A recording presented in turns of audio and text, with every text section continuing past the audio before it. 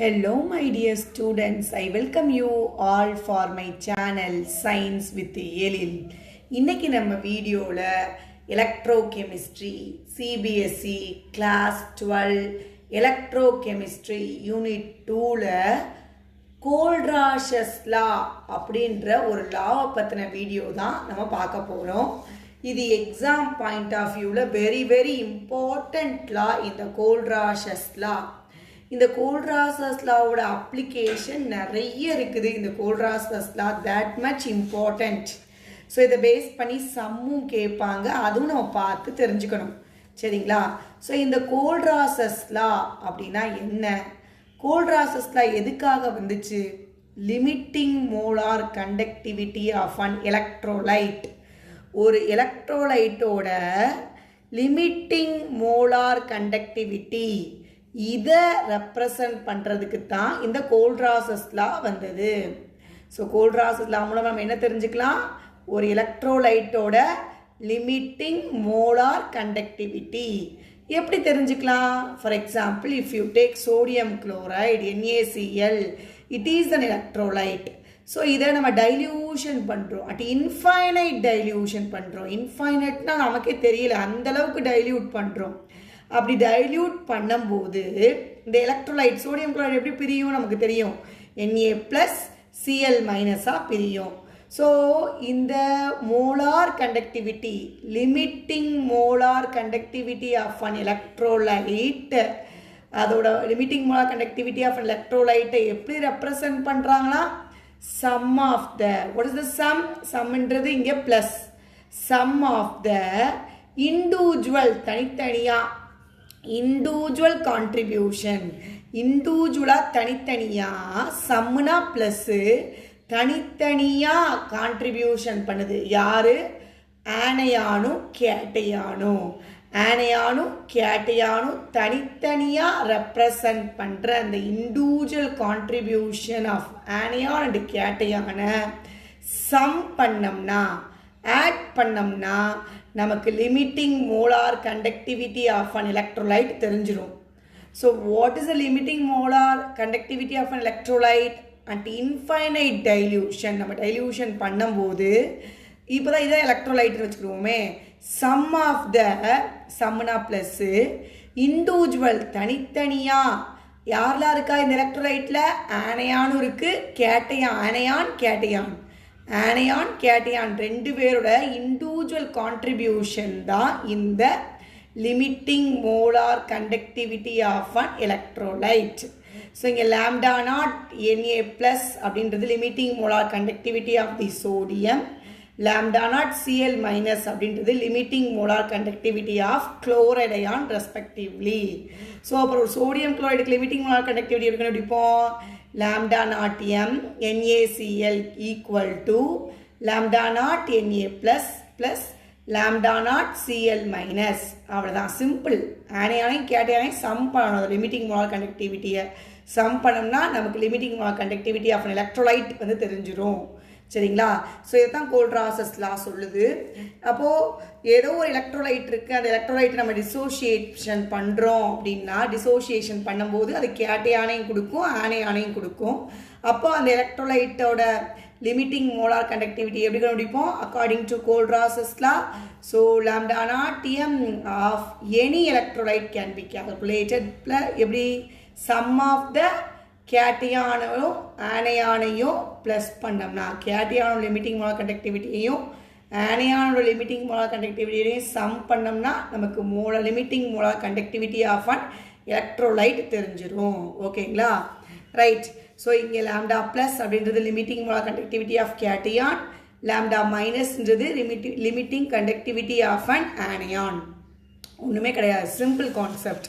சரி, இந்த Kohlrausch's law வச்சு degree of dissociation of weak எலக்ட்ரோலைட்டை தெரிஞ்சுக்கலாம். ஸோ கோல்ட்ராஷஸ் லா வச்சு என்ன தெரிஞ்சுக்கலாமா? Degree of dissociation of weak எலக்ட்ரோலைட்டை தெரிஞ்சுக்கலாம். ஸோ ஒரு வீக் எலக்ட்ரோலைட் எக்ஸாம்பிள் யார்? Weak electrolyte example acetic acid. இந்த அசிட்டிக் ஆசிட்க்கு பார்த்தீங்கன்னா அதோட கான்சன்ட்ரேஷன் ஹையாக இருக்கும்போது, எப்போ லோயராக இருக்குது அதோட டிசோசியேஷன், கான்சன்ட்ரேஷன் ஹையாக இருக்கும்போது அதோட டிசோசியேஷன் டிகிரி ஆஃப் டிசோசியேஷன் ரொம்ப லோயராக இருக்குது. இப்போ சப்போஸ் நான் டைல்யூஷன் பண்ணுறேன், வாட்டர் ஆட் பண்ணுறேன்னு வச்சுக்கோங்களேன், அப்போ அதோட டிகிரி ஆஃப் டிசோசியேஷன் இன்க்ரீஸ் ஆகுதா? நல்லா ஞாபகம் வச்சுக்கணும். அசிட்டிக் ஆசிட் ஒரு வீக் எலக்ட்ரோலைட், இது அவ்வளோ சீக்கிரம் டிசோஷியேட் ஆகாது. நம்ம எடுத்துக்கிட்ட அளவில் ஒரு 2% 3% தான் டிசோஷியேட் ஆகும். எப்படி டிசோஷியேட் ஆகும் அசிட்டிக் ஆசிடு? நமக்கு தெரியும், அசிட்டிக் ஆசிட் CH3COOH, இது ஒரு வீக் எலக்ட்ரோலைட்டுன்னு சொல்லிட்டேன்.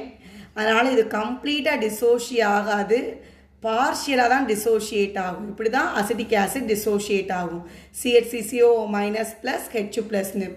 இப்படி பார்ஷியலாக டிகிரி ஆஃப் டிசோஷியேஷன் ரொம்ப லோவாக இருக்கும். எப்போ? அட் ஹை கான்சன்ட்ரேஷனில். சப்போஸ் நான் டைல்யூஷன் பண்ணுறேன்னு வச்சுக்கோங்களேன், வாட்டர் ஆட் பண்ணுறேன்னா இந்த டிகிரி ஆஃப் டிசோஷியேஷன் பிரிகிற தன்மை, அசிட்டிக் ஆசிடோட பிரிகிற தன்மை அதிகமாகிடுது. சரியா? சரி, அட் இன்ஃபைனைட் டைல்யூஷன் நான் டைல்யூட் பண்ணிக்கிட்டே இருக்கேன், டிசோஷியேட் ஆகிட்டே இருக்கு அசிட்டிக் ஆசிட், கம்ப்ளீட்டாக டிசோஷியேட் ஆயிரும். ஆனால் கான்சன்ட்ரேஷன் எப்படி ஆயிரும்? ரொம்ப லோ ஆயிரும். ஏன்னா நம்ம வாட்டர் ஆட் பண்ணி டைல்யூட் பண்ணிக்கிட்டே இருக்கோம். டிகிரி ஆஃப் டிசோஷியேஷன் இன்க்ரீஸ் ஆகுது, பட் கான்சன்ட்ரேஷன் என்ன பண்ணிக்கிட்டே இருக்குது? டிக்ரீஸ் ஆகிட்டே இருக்குது. அப்போ கான்சன்ட்ரேஷன் லோவாக இருந்தால் அங்கே கண்டக்டிவிட்டி எப்படி இருக்கும்? லோவாக தான் இருக்கும். கான்சன்ட்ரேஷன் கம்மியாக இருந்துச்சுன்னா கண்டக்டிவிட்டி லோவாக இருக்கும். அப்போது நம்மளால் இந்த limiting molar conductivity of a weak எலக்ட்ரோலைட்டை கண்டுபிடிக்கிறது ரொம்ப கஷ்டமாக இருக்காம். ஸோ அப்போ இந்த limiting molar conductivity of an weak எலக்ட்ரோலைட்டை எப்படி கண்டுபிடிக்கிறது? யூஸிங் கோல்ட்ராசஸ் லா மூலமாக. ஓகேங்களா? ஸோ அப்போது இப்போ நம்ம என்ன கண்டுபிடிக்கிறோம்?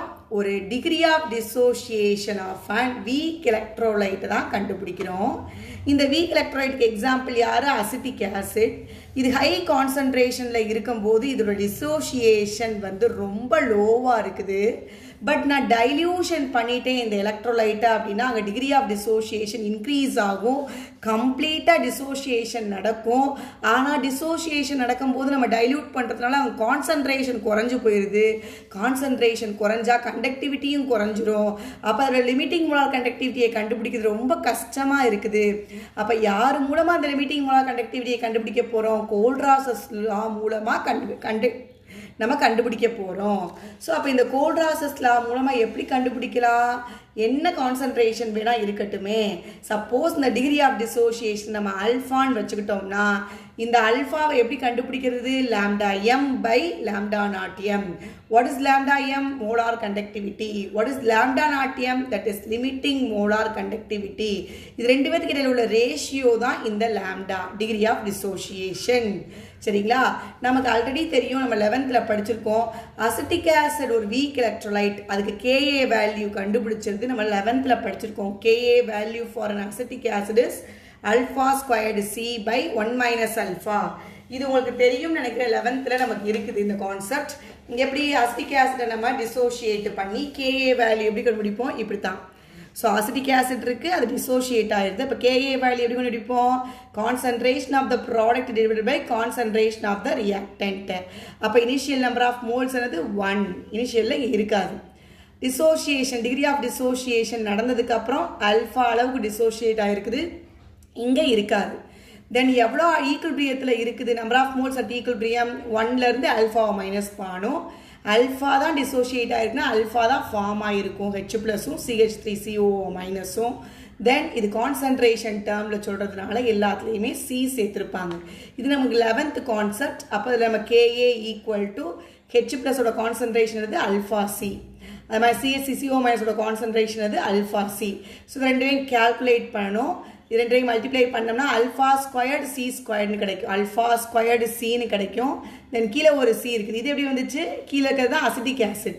ஸோ அதோட வேல்யூ என்னது? 1 - alpha × C. ஸோ இந்த C கெட்டிங் கேன்சல், ஒரு C மட்டும் தான் இருக்கும். So Ka = α² C/1 - alpha. இந்த வேல்யூவை தான் நம்ம இப்போ இங்கே எடுத்திருக்கோம். Ka = α² C/1 - alpha. இது நம்ம 11th படிச்சிட்டோம். ஓகேங்களா? ஸோ 11th படித்த டாபிக் தான் அது. இப்போ Ka = α² C/1 - alpha அப்படின்றது நமக்கு தெரியும், 11th படித்தது. ஸோ இந்த ஈக்குவேஷனை யூஸ் பண்ணி இந்த லாம்டாவை சப்ஸ்டியூட் பண்ணி நம்ம வீக் எலக்ட்ரோலைட்டோட என்ன கண்டுபிடிச்சிடலாம், லிமிட்டிங் மோலார் கண்டக்டிவிட்டியை கண்டுபிடிச்சிடலாம் அப்படின்னு சொல்றாங்க. சரி, கண்டுபிடிப்போமே. இப்போ நம்ம கேஏ வேல்யூவையும் சப்ஸ்டியூட் பண்ணுவோம். கேஏ வேல்யூவை பாருங்க. ஸோ இந்த ஈக்குவேஷன் நமக்கு தெரியும், நமக்கு கேஏ வேல்யூ தெரியும், இல்லை ஆல்ஃபா வேல்யூ தெரியும். இதை சப்ஸ்டியூட் பண்ணுவோம். இந்த கேஏல இருக்கிற ஆல்ஃபாவில் K a equal to C. Alpha is nothing but lambda lambda M squared divided by alpha ஸ்கொயர்ட்னால ஸ்கொயர்ட் போட்டிருக்கேன், டிவைடட் பை வேற யார் இருக்கா, lambda not M the squared. இதுக்கு ஸ்கொயர்டு ஆல்ஃபா ஸ்கொயர்டுக்கு lambda squared by lambda not M squared போட்டாச்சு. அப்புறம் எனக்கு கீழே இருக்குது 1 மைனஸ் ஆல்ஃபா. அகெயின் ஆல்ஃபா என்னது, lambda M by lambda not M. ஓகேங்களா, ரைட். ஸோ இப்போ நம்ம என்ன செய்யலாம் அப்படின்னா, நம்ம வந்துட்டு C lambda squared M by lambda not M squared. இதுக்கு எல்சிஎம் எடுத்தோம்னா lambda not M minus lambda M divided by lambda not M ஸ்கொயர்டுன்னு வரும். ஸோ லாம்டா நாட் எம்னு வரும், sorry not squared, lambda naught எம்னு வரும். ஸோ இங்கே ஒன்று கெட்டிங் கேன்சல். அப்போ C lambda squared M, lambda squared M by C lambda squared M by என்ன வரும் நமக்கு மீதம், இதெல்லாம் இருக்குது மீதம். என்ன இருக்குது நமக்கு, லாம்டா நாட் எம். ஒன்று தான் கேன்சலாக இருக்குது, இங்கே ஒன்று தான் இருக்குது. ஸோ மீதி lambda naught M minus lambda M. சரிங்களா, ஸோ இதுதான் நமக்கு இப்படித்தான் ஒரு வீக் எலக்ட்ரோலைட்டோட கோல்ட்ராசஸ் லாவை யூஸ் பண்ணி அப்போ நமக்கு என்ன இருக்குது, lambda M C divided by lambda not M minus lambda M. So இந்த ஈக்குவேஷன் மூலமாக நம்ம லிமிட்டிங் மோலார் கண்டக்டிவிட்டியை கண்டுபிடிச்சிடலாம். சரிங்களா, ஸோ இப்படி தான் ஒரு degree of dissociation of weak எலக்ட்ரோலைட்டை கோல்ட்ராசஸ் லா மூலமாக கண்டுபிடிக்கலாம். அப்போ கோல்ட்ராசஸ் லானா என்னது, கோல்ட்ராசஸ் லானா ஒன்றுமே கிடையாது. ஒரு எலக்ட்ரோலைட் இருக்குது, அந்த எலக்ட்ரோலைட்டோட லிமிட்டிங் மோலார் கண்டக்டிவிட்டியை கண்டுபிடிக்கணும்னா அதோட இண்டிவிஜுவல் அயான்ஸ், இப்போ நம்ம சோடியம் குளோரைடு எடுத்துக்கிட்டோம்னா இந்த சோடியம் அயானையும் குளோரைடு அயானோட சம்னானதை ஆட் பண்ணோம்னா அதோட limiting molar conductivity of an எலக்ட்ரோலைட்டை கண்டுபிடிச்சிடலாம். இது எப்போதானா இன்ஃபைனைட் டைல்யூஷனில் ஞாபகம் வச்சுக்கணும். சரிங்களா, ஸோ அப்போது எப்பயுமே ஒரு எலக்ட்ரோலைட்டை நம்ம டிசோசியேட் பண்ணோம்னா கேட்டியானும் கிடைக்கும், ஆனியானும் கிடைக்கும். அப்போ லிமிட்டிங் மோலார் கண்டக்டிவிட்டி எப்படி கண்டுபிடிப்போம், கேட்டியானோட லிமிட்டிங் மோலார் கண்டக்டிவிட்டியையும் ஆனியானோட லிமிட்டிங் மோலார் கண்டக்டிவிட்டியை ஆட் பண்ணோம்னா limiting molar conductivity of an electrolyte கிடைச்சிரும் அப்படின்னு சொல்லியிருக்காங்க. நெக்ஸ்ட்டு நம்ம degree of dissociation of weak electrolyte எப்படி கண்டுபிடிக்கிறது, இங்கே அசிட்டிக் ஆசிட் எடுத்திருக்கோம். அசிட்டிக் ஆசிட் ஈஸியாக அயனைஸ் ஆகாது, அதோட டிகிரி ஆஃப் டிசோசியேஷன் ரொம்ப கம்மியாக இருக்கும் ஹையர் கான்சன்ட்ரேஷனில்.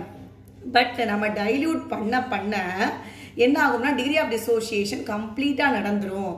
பட் கான்சன்ட்ரேஷன் அங்கே எப்படி இருக்குது, ரொம்ப லோவாக இருக்குது. கான்சன்ட்ரேஷன் லோ ஆயிடுச்சுன்னா கண்டக்டிவிட்டி லோ ஆயிரும். இதனால லிமிட்டிங் மோலார் கண்டக்டிவிட்டியை கண்டுபிடிக்கிறது ரொம்ப கஷ்டமாக இருக்கான். ஸோ அதை எப்படி கண்டுபிடிக்கிறது, using the கோல்ட்ராசஸ் law. So கோல்ட்ராசஸ் law மூலமாக எந்த கான்சன்ட்ரேஷனில் இருக்கிறவங்களையும் நம்ம கண்டுபிடிக்கலாம். ஸோ அப்போ லாம்டா வேல்யூ என்ன, lambda is equal to lambda M by lambda not M equal to alpha. alpha, degree of dissociation alpha equal to lambda m by lambda naught m. இது நமக்கு தெரியும். அதே மாதிரி KA வேல்யூ நம்ம 11th படிச்சது நான் explain பண்ணியிருக்கேன். அதில் போய் இந்த lambda வேல்யூ சப்ஸ்டியூட் பண்ணி நம்ம degree of dissociation of weak electrolyte இங்கே யார் அசிட்டிக் ஆசிடை கண்டுபிடிச்சிருக்கோம் யூசிங் கோல்ட்ராசஸ் லா. ஸோ இது எக்ஸாமில் கேட்பாங்க இந்த டேர்ம். எஸ், இந்த கான்செப்ட் நல்லா படித்து தெரிஞ்சுக்கோங்க. இது ரிலேட்டடான சம்ஸும் இம்பார்ட்டண்ட். வேற ஒரு வீடியோவில் வேற ஒரு டாப்பிக்கில் பார்ப்போம். டவுட் இருந்தால் கமெண்ட் பண்ணுங்கள், ஷேர் பண்ணுங்கள், சப்ஸ்கிரைப் பண்ணுங்கள். தேங்க்யூ.